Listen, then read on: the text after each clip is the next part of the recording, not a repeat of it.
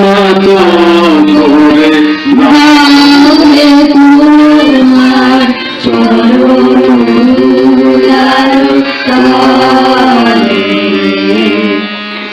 তলে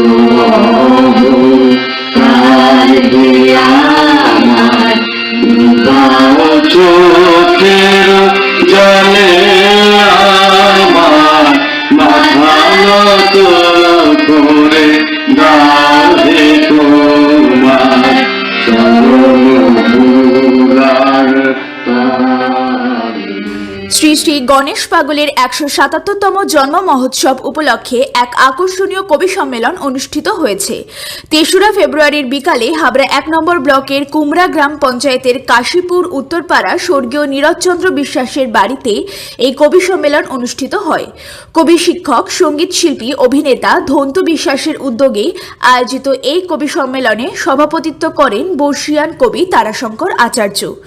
অতিথি হিসেবে উপস্থিত ছিলেন হাবড়া পৌরসভার পৌরপিতা সংস্কৃতি প্রেমী আশিস নট্ট, পশ্চিমবঙ্গ দলিত সাহিত্য একাডেমির সহ-সভাপতি ডক্টর আশিস হীরা ও কুমড়া পঞ্চায়েতের প্রাক্তন প্রধান রত্না বিশ্বাস।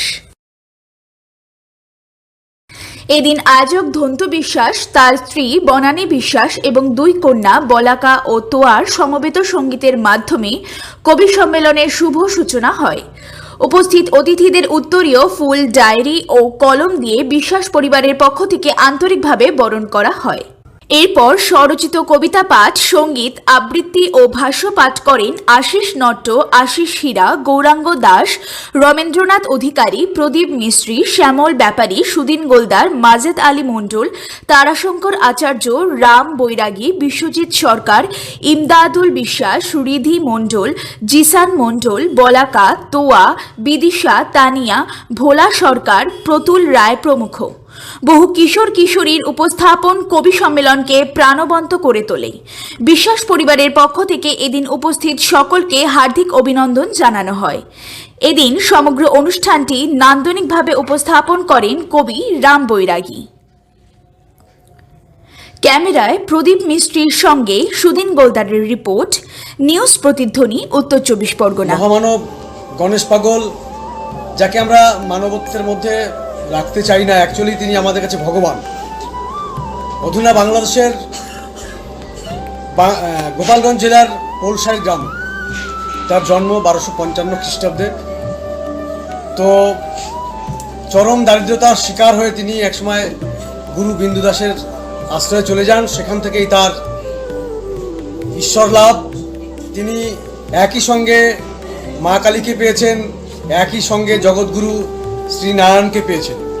তার অদ্ভুত সব কাহিনী, লীলা আমরা ছোটবেলা থেকে শুনে আসছি। আর সৌভাগ্যক্রমে তারই বংশে আমাদের জন্ম হয়েছে। আমরা ভীষণ সেদিক থেকে ভাগ্যবান, আমাদের পরিবার ভাগ্যবান। আমরা সব জায়গায় বলে খুব গর্বিত হই যে আমরা গণেশ পাগলের বংশে জন্মেছি।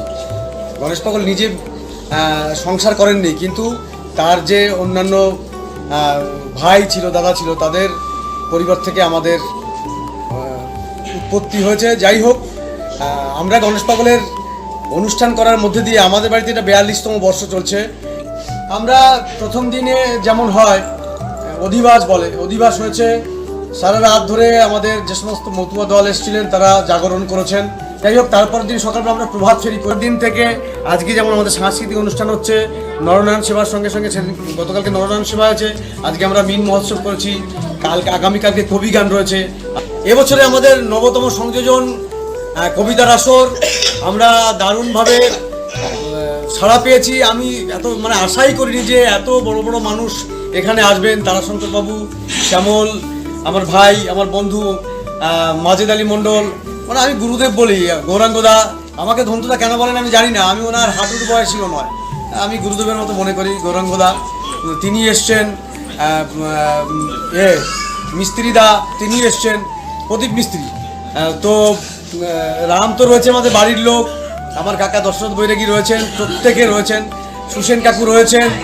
তাদের প্রত্যেকের কবিতা শুনেছি। আমাদের আশিস নট্ট এসেছিলেন, বাণীপুর লোক উৎসবের একটা বিশেষ পার্ট। তিনি গোটা মেলাটাকে যে কীভাবে তিনি সামলান, প্রচুর মনের জোর, এবং তিনি হাবড়া পৌরসভার একজন কাউন্সিলর। ছিলেন ডক্টর আশিস শিরা, কবি সাহিত্যিক। তার সঙ্গে ছিলেন ভোলা, উপস্থিত ছিলেন আর্টিস্ট অতুল রায়। তার কাছ থেকে আমরা এই নাংলা বিলের যে প্রজেক্ট সম্পর্কে শুনলাম।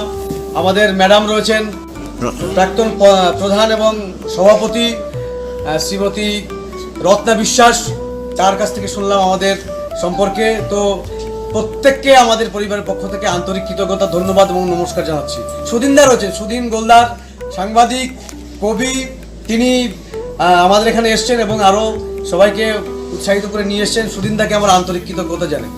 সবাইকে, আমাদের পরিবারের সঙ্গে সঙ্গে এখানে যারা যারা রয়েছেন এবং পৃথিবীর সমস্ত মানুষের মঙ্গল হোক, আমাদের সমাজে যে সমস্ত ক্লেদ গ্লানি আছে সমস্ত কিছু একদম নির্মল আকাশের মতো পূত পবিত্র হয়ে উঠুক, আমরা গণেশ পাগলের কাছে সেই প্রার্থনা করি। জয় পাগল, জয় পাগল, জয় পাগল দুলিতে ফুলিতে বিন্দুতে সুর। ধন্তু বিশ্বাস, আমি পেশায় একজন শিক্ষক, আর তার থেকে বড় পর্যায়ে আমি গণেশ পাগলের একজন ভক্ত। গণেশ পাগল কোনো শিষ্য রেখে যাননি, আর তার ভাবে চলি, তার মতে চলি। আমরা বস্তুতপক্ষে ঠিকঠাক মতুয়া নই, আমরা কিন্তু পাগলের পাগল। জয় পাগল।